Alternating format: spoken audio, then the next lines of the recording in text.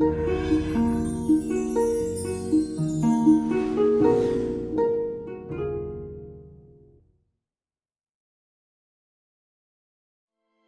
knew His Holiness Pope Shenouda as a human being, as a person.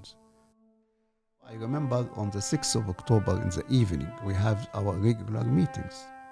And they reached to him, that's Amba Samuel also is killed.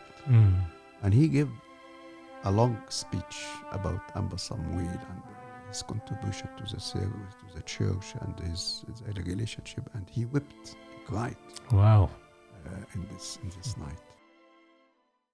Welcome to Coffee with Bishop Suriel, a podcast for all things Coptic. This is a conversation about authentic Christian faith, Coptic history, patristic writings, the family, arts and music, religious education, youth matters, evangelism, and much more. Bishop Suriel likes his coffee like he likes his conversation, light, sweet, and scorching. We'll be joined by an array of guests who'll share their experiences, their backgrounds, and their insights to bring about an exciting discussion, and we hope you agree. Enjoy the podcast, and please welcome our host, Bishop Suriel.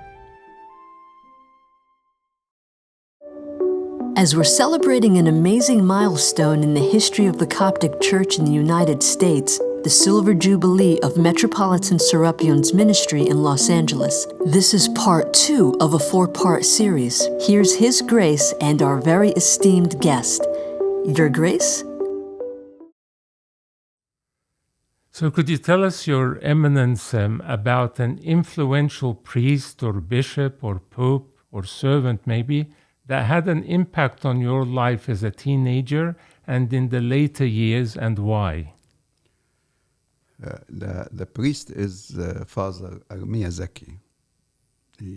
Blessed memory, he passed away. He's my father of confession since I started to confess in, I think, late elementary school, beginning of junior high.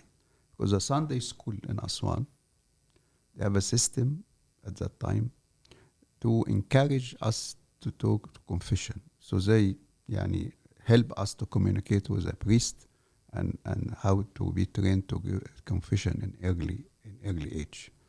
So I took Abuna Armia Zaki as my father of confession until I went to the monastery. And of course, this affected my life because it took me from elementary school until even working as a medical doctor for 3 years after I finished my medical study. So this is a priest which I influenced my life to great extent. The bishop, there are 2. Of course, my father of confession when I went to the monastery, Amba Sarabamon, and Amba Hedra. Because when Amba Hedra came to Aswan as a bishop of Aswan, we didn't know about any monk before. And at that time, I was in Asyut studying, but the idea of going to a monastery wasn't my idea. So he helped me a lot by his experience as being a monk.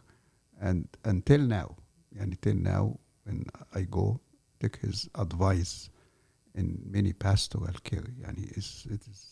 He guided me since 1975. And it helped me a lot in my monastic life, because he used to come and check on me, and also when I went to serve when bishop all this time. That's the bishops. Of course, the Pope is His Holiness Pope Shenouda, is a third which I was blessed to accompany him and many visits, and especially the trips, because the trips which we are in hours in the plane, and as you Grace know, His Holiness he didn't sleep in the plane. So he started to read or read, and get tired. Then we start to talk. So it was a good time for talk. And I always focus, I never touches any issues of a church not related to me. And I benefit from this time not to talk about this or that, I talk either something related to my service or something related to my life to benefit for my life. So it was a quality time. And also listening. It was a more time to listen. Many of things which I know about the church في modern time, I learned from His Holiness, from the stories which are telling us مثلا about his time of Pope Kyrillos, what it in church. We lot about Habib Gerges. Many of things I lot about from Habib Gerges. Actually يكون send Habib Gerges from His Holiness. He telling us about memories of him. He telling مثلا about what happening مثلا in the synods, some stories, some relationship with the bishops. So it was very important things for. And also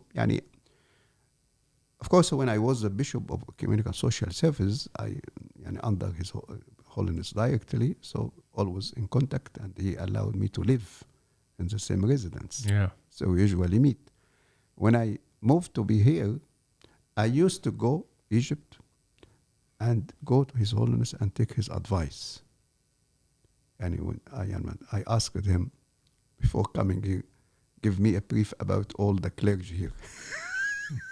So we took it name by name. Everyone goes two sentences about every piece. مثلا I wanted to say a vicar, وكيل المطرانية, أمين. فهو مثلا he recommended for me Abu Antonius Yunan, Father Antonius Yunan. Yes, blessed memory. And then I want to make a ecclesiastical council, Majlis Clerici. So he told me this, avoid this. When it comes to مثلا idea, مثلا like مثلا ecclesiastical choir idea, it came to my mind. So I went to His Holiness. I asked him, I have this idea. He said, oh, it is okay, but with certain condition. And he mentioned to me some condition. So I feel to consult is very important. I'm not as just to an idea come to my mind and just implement it. I studied, think of it, and also I ask. مثلا the issue of 25th, I took years thinking of it, consulting about it, asking about it, many peoples, bishops, priests, and even I used because we have every year around 25th, then this issue come. Yes. So and it's hard to ask and we'll talk about it, your evidence in part 2 of the podcast. I mentioned the influence of His Holiness and to take to ask him, to ask his advice for many things, and it is very beneficial.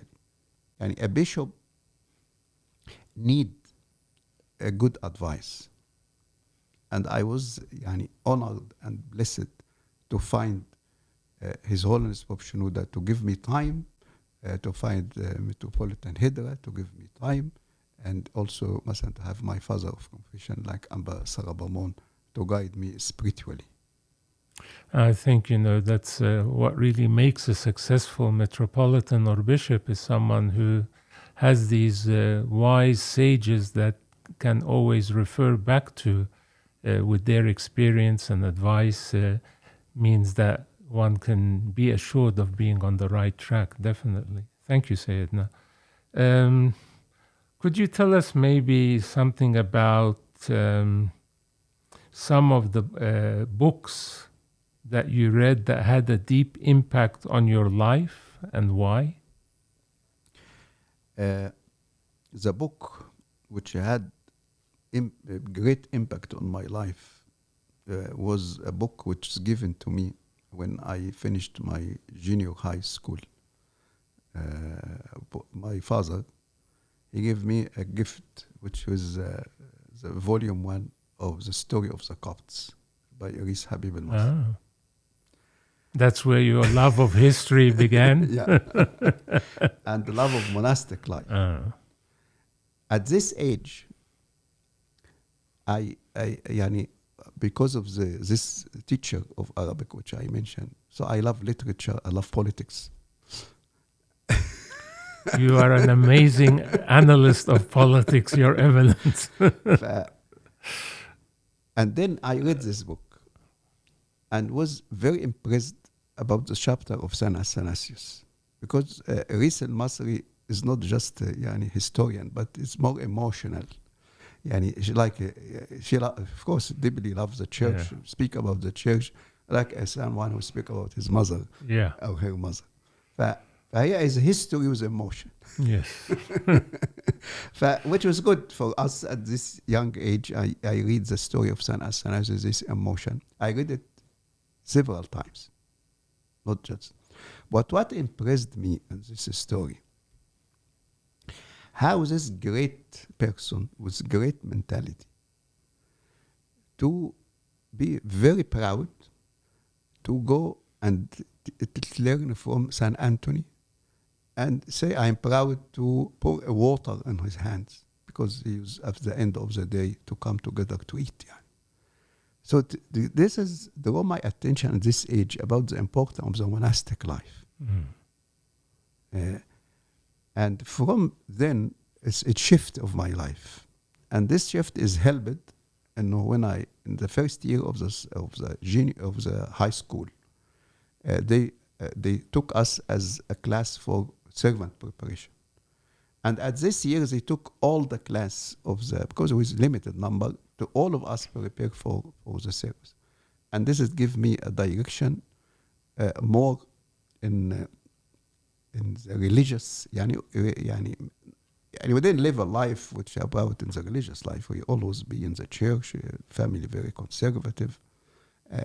Never the intellectual interest to move from literatures to politics. Because at that time, I liked John Kennedy, and there was a magazine called The Life in America. So we know about what's in America. So even I still remember the full name of John Fitzgerald Kennedy. Of course, the story of his assassination.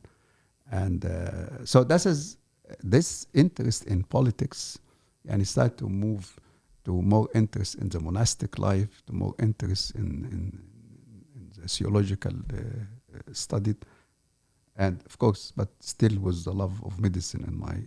So this is the book which I felt, like change the direction. Yeah. Because many books after that have a great influence on me, especially the reading of it.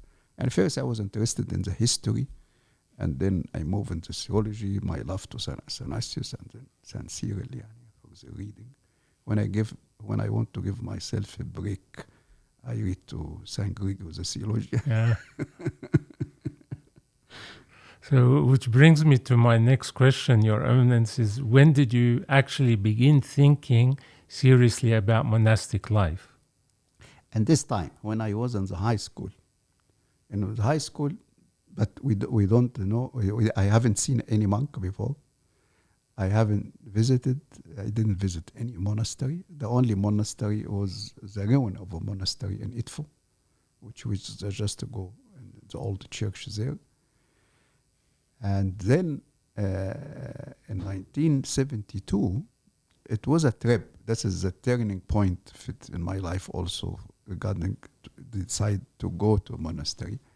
When we organized a trip of 16 persons, all men from Aswan, to go to visit the monastery of Wadi Natun. At that time, I was very interested and very attached to the writing of Abuna Matta al-Miskin. Even we have on the wall كده يعملوا magazine on the wall, just writing it. Right. فأنا كنت واخد section from the writing of Abuna Matta al-Miskin.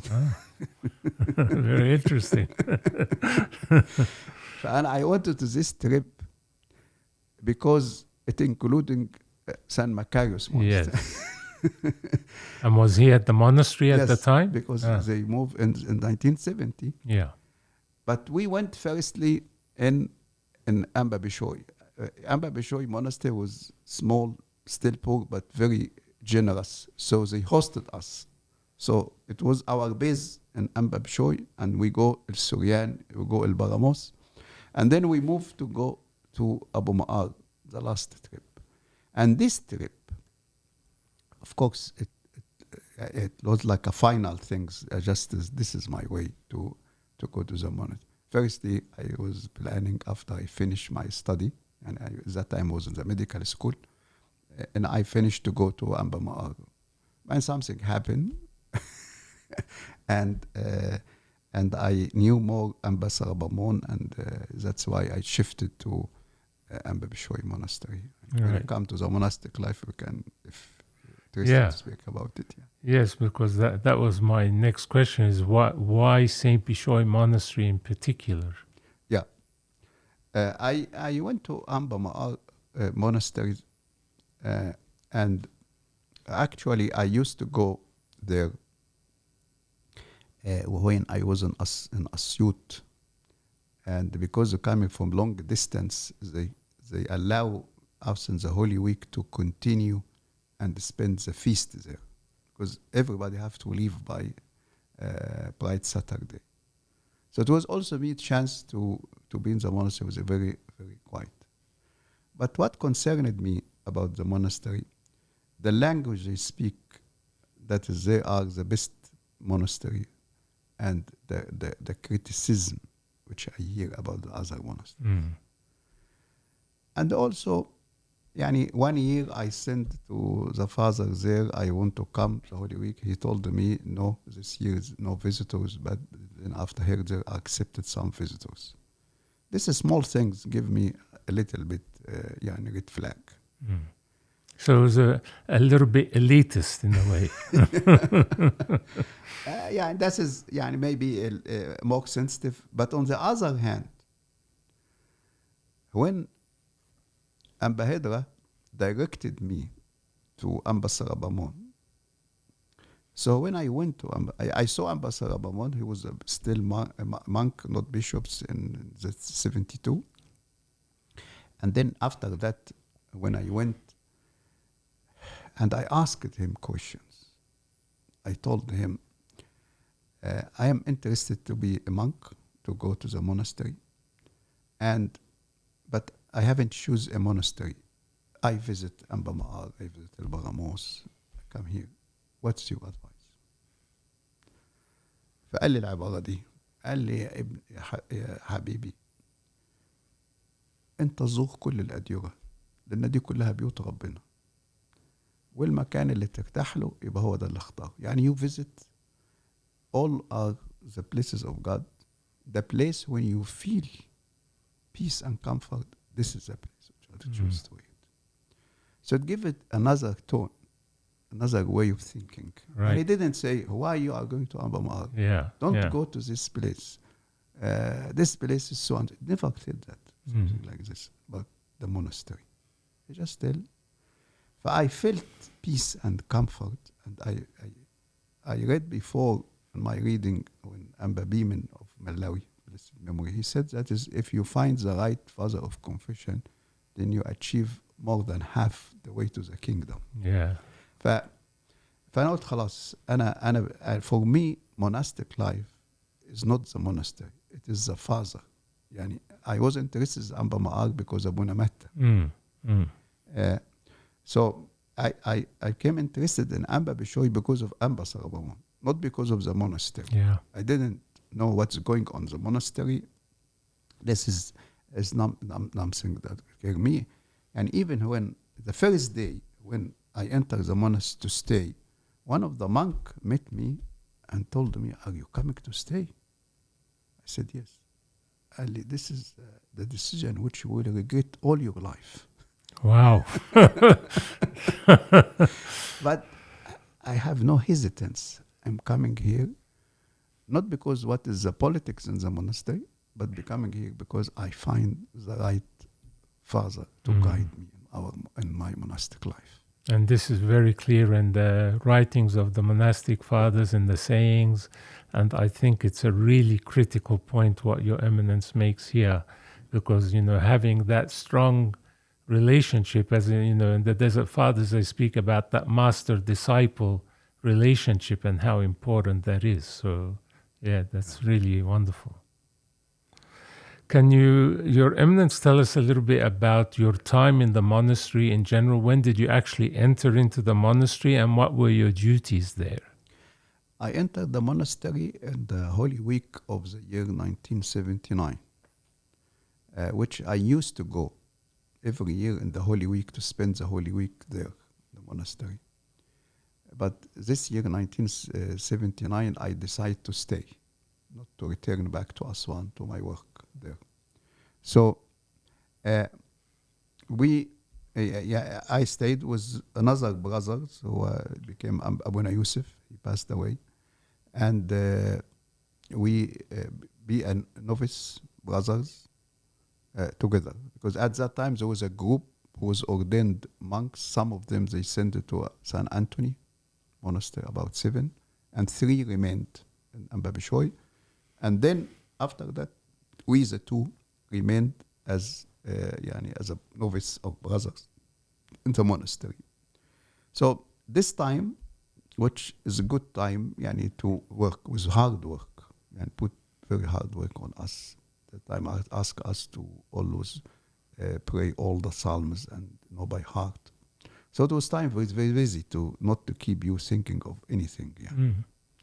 And also I cut relationship with the family. They just came once and not more.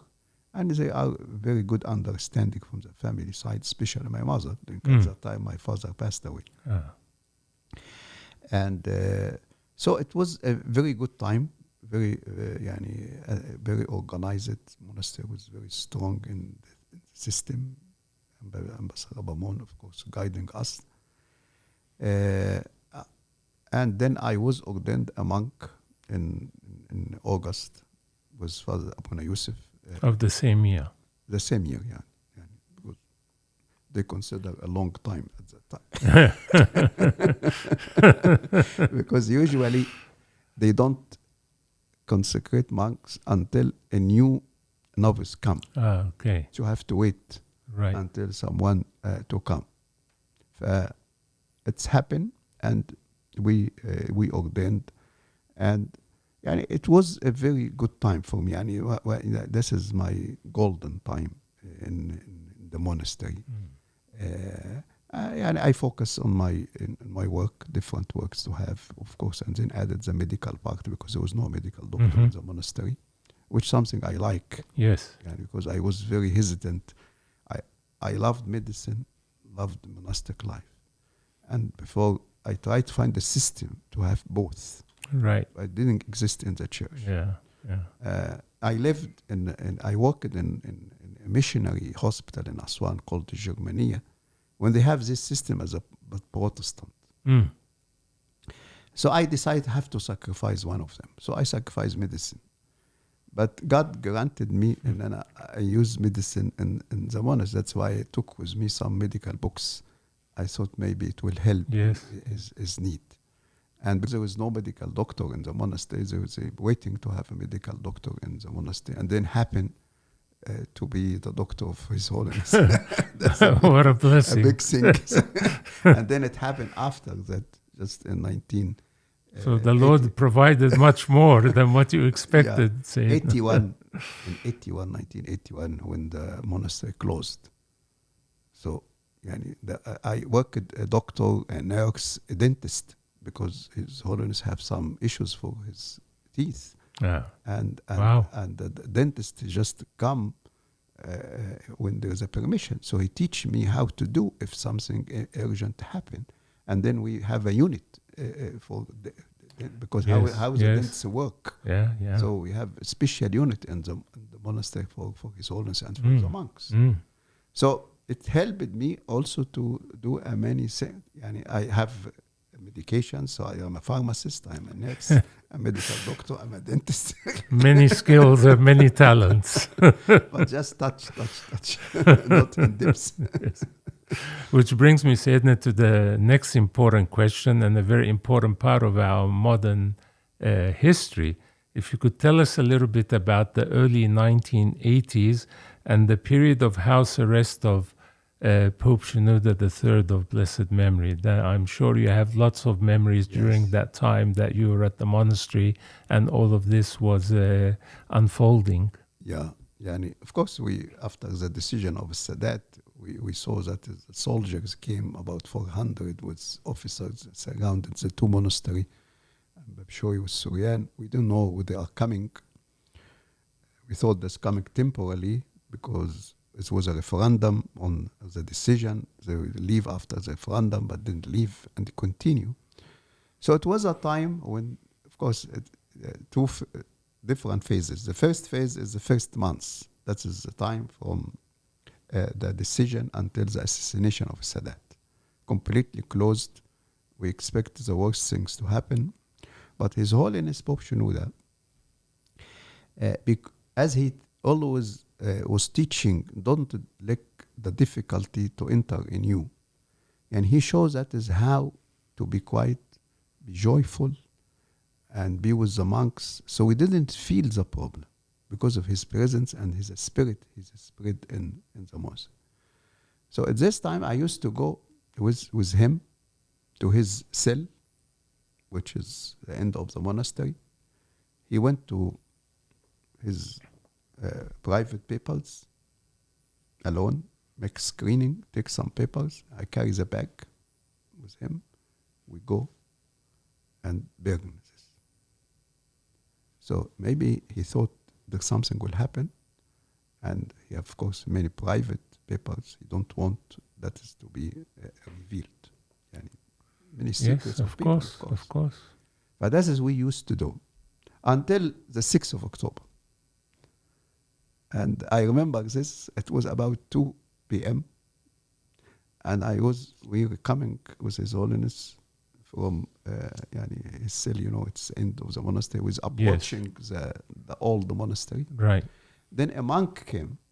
We have a monk who was from England, and he used to listen to BBC English. So they said that is something happened to the Sadat. So he came and told His Holiness, I heard in the BBC and there's something happened in the Fil'ard. Yes. During the military parade. Yeah, Fil parade. Yeah. I remember the reaction of His Holiness. The word which he said, ربنا يستر على البلد. يعني, may God protect the country. Yeah. He didn't think, this is the revenge of God. Yeah. He didn't think of himself. He didn't think, but he thought about Egypt. Yes. Because he know that is if these people can kill the president in a military parade, something will come after. Yes. And he follow until they said that is the vice president, because after the killing of the president, then the speaker to take care, and then until the vice president became the president. So it was following up clearly until he felt that is. Of course, we heard about what happened in Asyut, and they attacked the stations, the office there of the security, like the police, the police headquarters in Asyut, Mudrit al-Amn. And I remember on the 6th of October in the evening, we have our regular meetings. And they reached to him, that's Amba Samuel also was killed. And he gave a long speech about Amba Samuel and his contribution to the service, to the church, and his relationship. And he wept, he cried. Wow.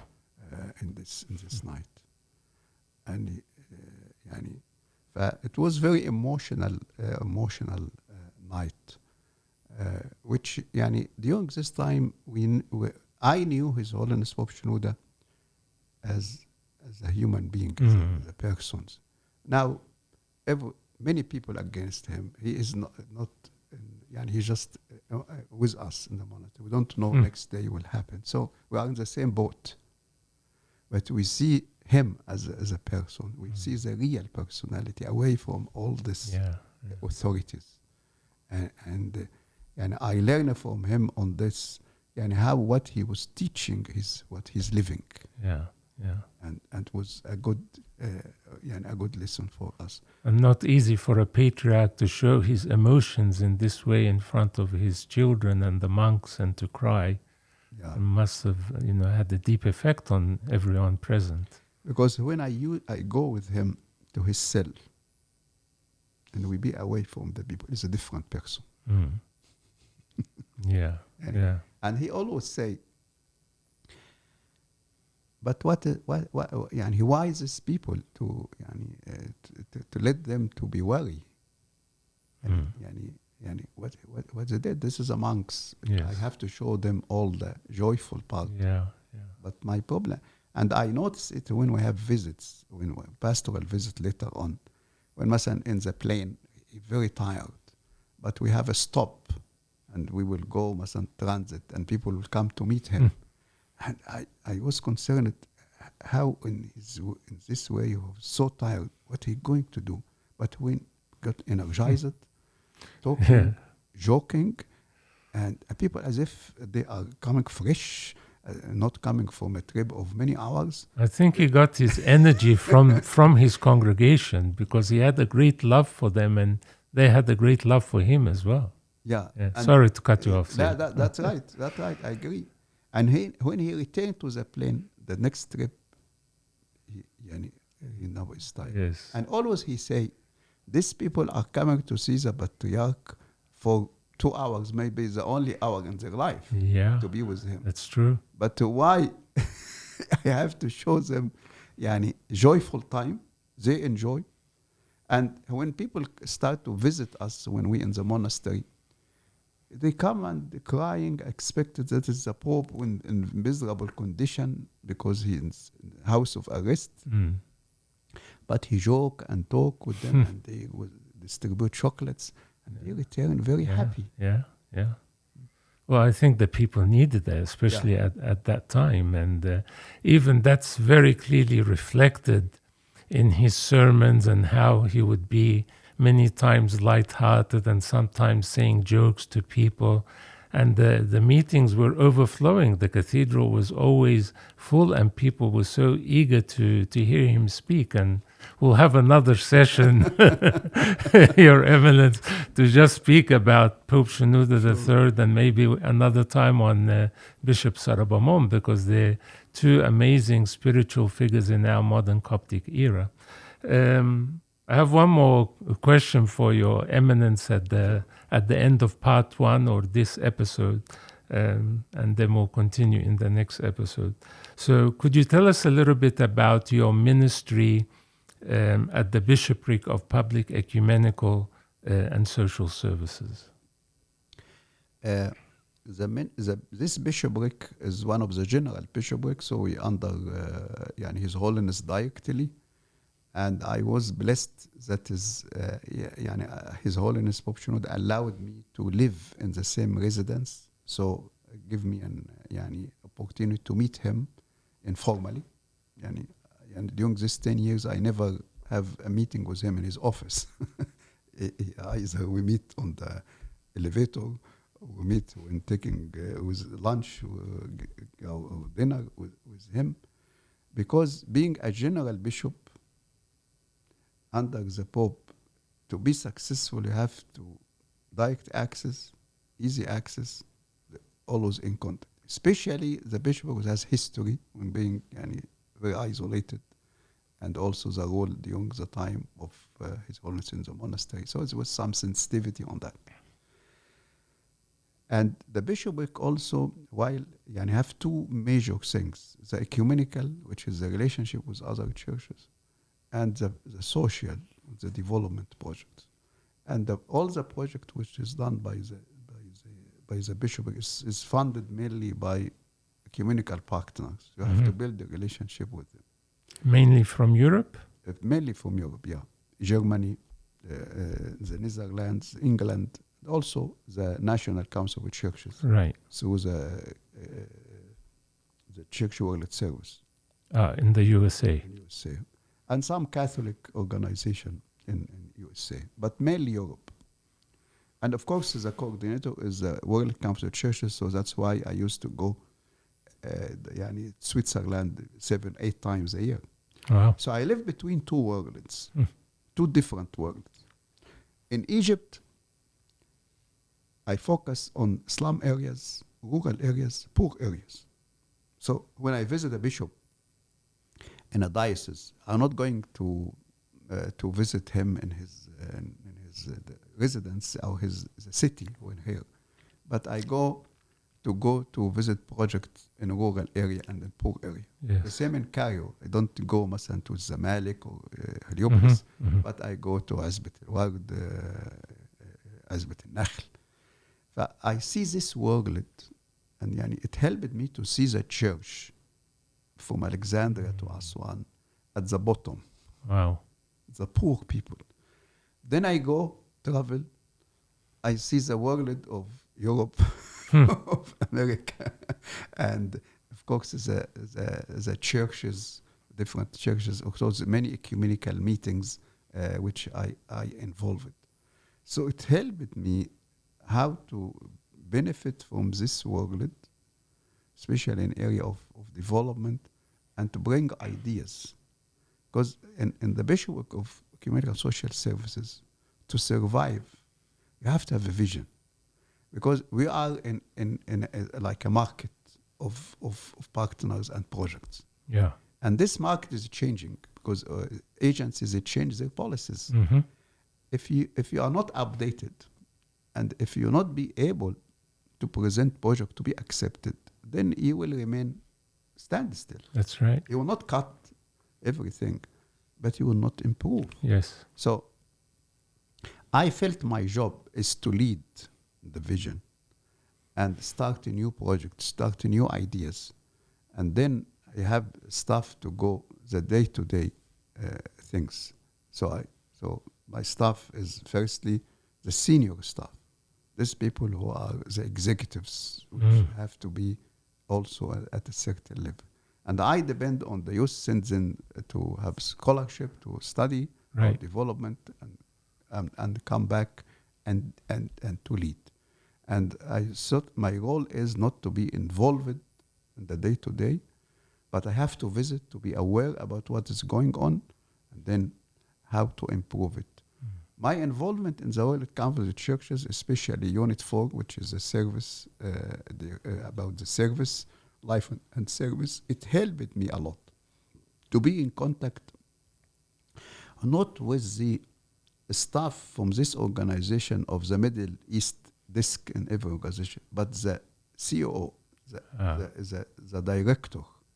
Because this director, they have a meeting for the head of agencies. And I was the moderator of the commission. So it helped me in being in meeting with the heads to know about the policy. Because the staff who come to us, they implement the policy.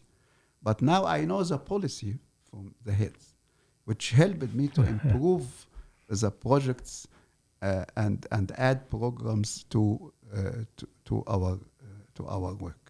And of course, it was a good chance for me to know about the other churches, what is going on in the ecumenical, many trends, all this meeting. Yes, I was focusing on my area of the diaconia and the projects and this area because it's more related to my service. Yes.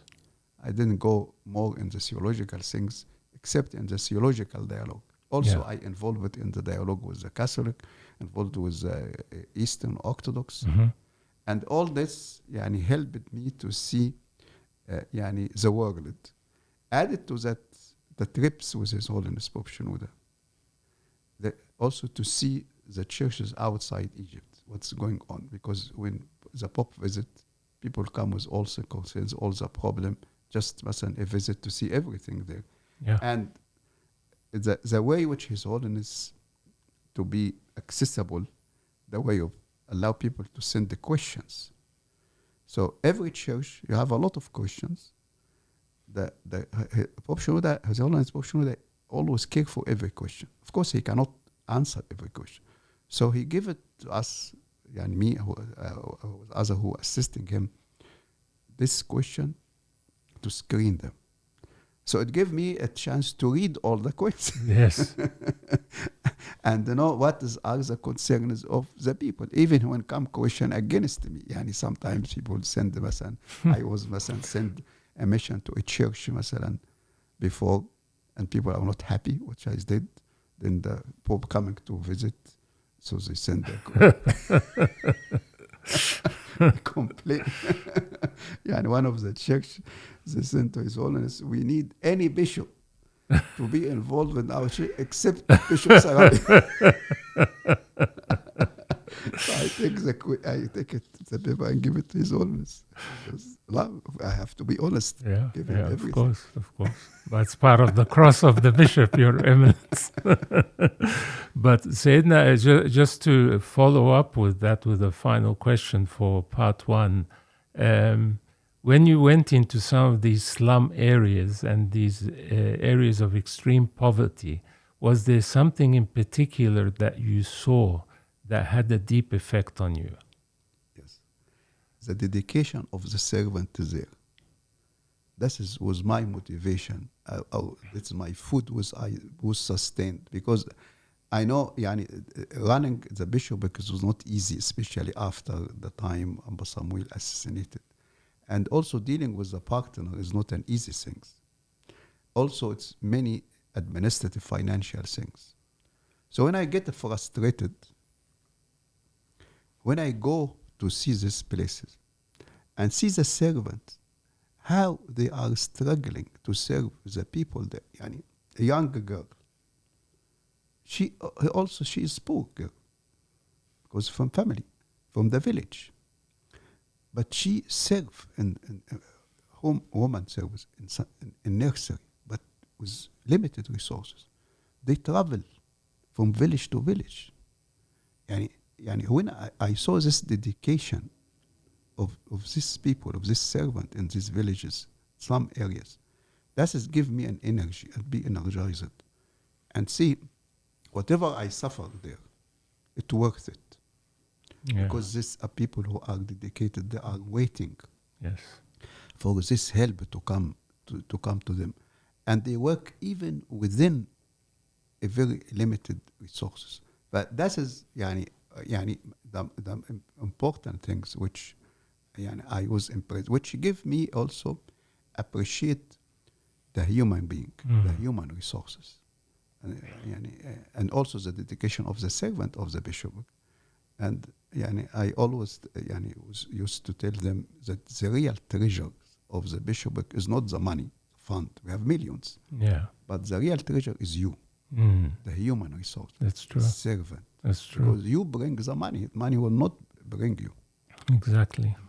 Your Eminence, this has been a fascinating discussion, and the broad experience and perspective that you have had in your ministry, not just locally in the church in Egypt, but more wider, getting that experience from knowing a broader perspective of the whole church around the world, certainly has enriched, I'm sure, all of your ministry, and you apply many of these learnings and things that you have learned in your diocese here in Los Angeles.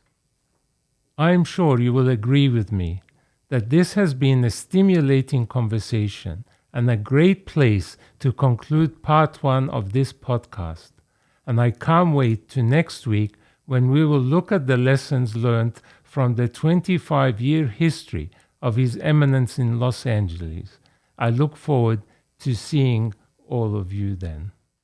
Parts 3 and 4 of this stimulating conversation will continue in a few weeks. But for next week, be sure to tune in for I Love You, But the Christian Family in Times of Crisis. This will be part 1 of a 2-part series. His Grace will be joined by 2 experts in the field of family dynamics who'll put everything on the table as we navigate through this thing called life. If you're part of a family, you'll want to listen. To join the conversation, please visit our website, coffeewithbishopsuriel.org. And don't forget, after you listen, you can really help out by rating the show.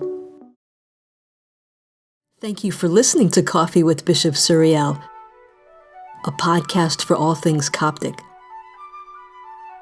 To join the conversation, please visit our website, coffeewithbishopsuriel.org. And always remember, the best way to start any morning is with God and a cup of coffee.